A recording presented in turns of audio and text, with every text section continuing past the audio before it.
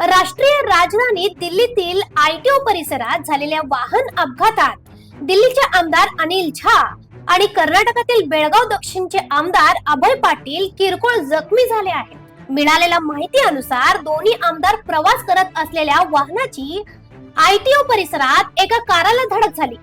मैं आईटीओ की red light से right turn लिया।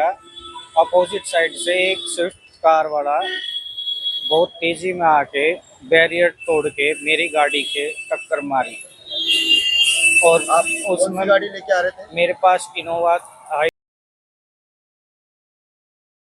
अपघातानंतर दोन्ही आमदारांना तातडीने वैद्यकीय तपासणी आणि उपचारासाठी एलएनजेपी रुग्णालयात दाखल करण्यात आले। दरम्यान या अपघाताची गंभीर दखल घेत क्राईम ब्रांच आणि फॉरेन्सिक पथकाने घटनास्थळी भेट देऊन तपास सुरू केला आहे। पथकाने अपघात स्थळाची पाहणी केली असून वाहनांची स्थिती आणि अपघातामागील संभाव्य कारणांचा तपास केला जात आहे। या अपघाताचे नेमके कारण अद्याप स्पष्ट झालेले नाही। पोलिसांकडून पुढील तपास सुरू असून अधिकृत तपासानंतरच अपघाताबाबतची सविस्तर माहिती समोर येणार आहे। अशा आणखीन अपडेटसाठी फॉलो करा व्हॉइस ऑफ वेणू ग्रामला।